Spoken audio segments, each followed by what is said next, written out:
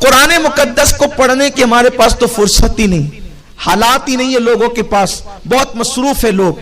حالانکہ ڈاکٹر اقبال بہت پیاری بات کہتے ہیں، بہت بڑا مفکر تھا جسے دنیا اقبال کہتی ہے، بہت بڑا قلندر تھا جسے دنیا اقبال کہتی ہے۔ اقبال نے ایک تصور پیش کیا حدیث پاک کی روشنی میں۔ اقبال کہتے ہیں کہ جب کوئی دنیا سے جانے لگتا ہے، کوئی مرنے لگتا ہے، تو اس کے سرہانے بیٹھ کر لوگ قرآن پڑھتے ہیں، مرنے والے کے سرہانے سورہ یاسین کی تلاوت کرتے ہیں، سورہ رات کی تلاوت کرتے ہیں، سورہ ملک کی تلاوت کرتے ہیں۔ یہ سب صورتیں پڑھی جاتی ہیں مرنے والے کے قریب۔ کیوں پڑھتے ہیں؟ اس لیے کہ موت کے وقت انسان پر اتنی مصیبت آتی ہے کہ نہ اس سے پہلے اتنی مصیبت کبھی اس پر آئی ہے اور نہ اب اس کے بعد اتنی مصیبت اس پر آئے گی۔ مرنے والے کو جو موت کی مشکل ہے، اس سے بڑی مشکل اس کو کبھی درپیش نہیں ہوتی۔ دنیا کی کوئی مشکل موت کے برابر نہیں ہے، دنیا کی کوئی تکلیف موت کے برابر نہیں ہے۔ بہت دھیان سے سننا، اقبال نے جو فلسفہ بیان کیا ہے قرآن مقدس کی سورتوں کی تلاوت کے حوالے سے، ہر مسلمان اس کو اپنے دل میں بسائے، اپنے دماغ میں بسائے، قرآن کی عظمت کو سمجھنے کی کوشش کرے۔ میرے پیارے آقا صلی اللہ علیہ وسلم کے پیارے دیوانوں، موت کی تکلیف کیا ہے؟ شاید اس سے پہلے میں نے کبھی آپ کو بیان کیا ہو یا بتایا ہو یا نہ بتایا ہو، لیکن آئیے ہلکی سی تھوڑی سی موت کی تکلیف آپ سماعت کر لیں۔ میرے آقا صلی اللہ علیہ وسلم کے پیارے دیوانوں، جب انسان پر موت کی تکلیف آتی ہے تو اس کے جسم میں جتنے بال ہیں، ہر بال کے اندر اس کی روح اٹکی ہوئی ہے، ہر بال کے اندر اس کی روح موجود ہے۔ جب اس کو موت آتی ہے تو فرشتے اس کی روح کو کھینچ کر کے نکالتے ہیں۔ برسوں کا ساتھ ہے جسم اور روح کا، برسوں کا ساتھ ہے، برسوں کا تعلق ہے جسم اور روح کا۔ روح نکلنا نہیں چاہتی اور فرشتے اس کو کھینچ کر کے نکالتے ہیں۔ اللہ کے رسول صلی اللہ علیہ وسلم نے، غیب دا نبی صلی اللہ علیہ وسلم نے موت کی منظر کشی یوں فرمائی ہے جیسے کسی مخملی کپڑے کو کسی کانٹے دار درخت پہ ڈال دیا جائے اور اس کپڑے کے اندر کانٹے چبھ جائیں اور پھر کوئی زور سے اس کپڑے کو کھینچ لے تو وہ کپڑے کے کیسے تار تار بکھر جائیں گے، ایسے ہی انسان کی جس وقت روح نکالی جاتی ہے اس سے زیادہ انسان کو تکلیف ہوتی ہے۔ ایک زندہ بکرے کی کھال ادھیڑی جائے اس کو اتنی تکلیف نہیں ہوتی جتنی تکلیف انسان کو موت کے وقت ہوتی ہے۔ تلوار کے 313 ضربے، یعنی 313 لوگ مل کر کے ایک ساتھ کسی انسان کو تلوار سے مارے تو اس وقت اس کو اتنی تکلیف نہیں ہوتی جتنی تکلیف انسان کو موت کے وقت ہوتی ہے۔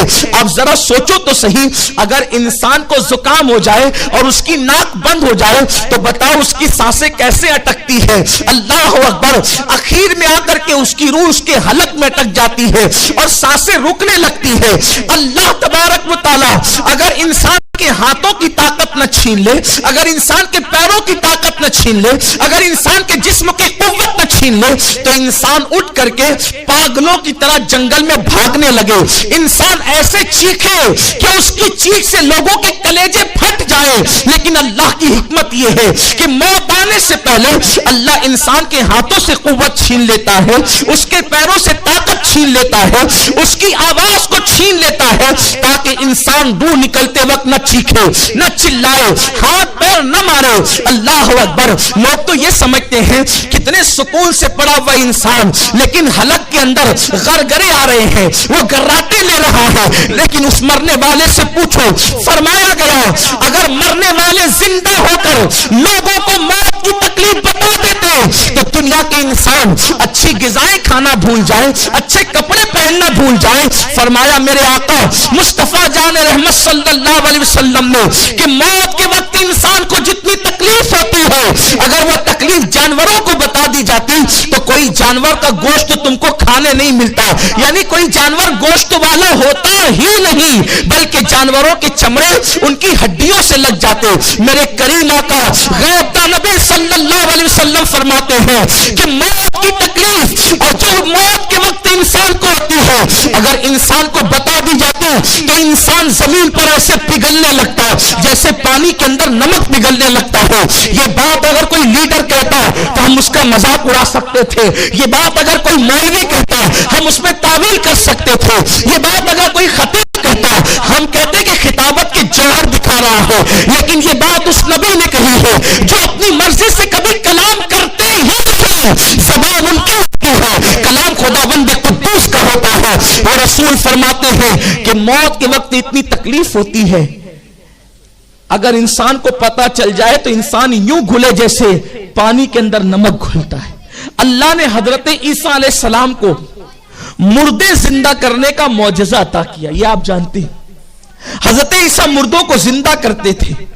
ایک دن حضرت عیسیٰ کو خیال آیا کہ میں جب دوسرے مردوں کو زندہ کر سکتا ہوں تو میری ماں بھی تو پردہ کر چکی ہے, انتقال فرما چکی ہے, آج میں اپنی ماں کو زندہ کروں.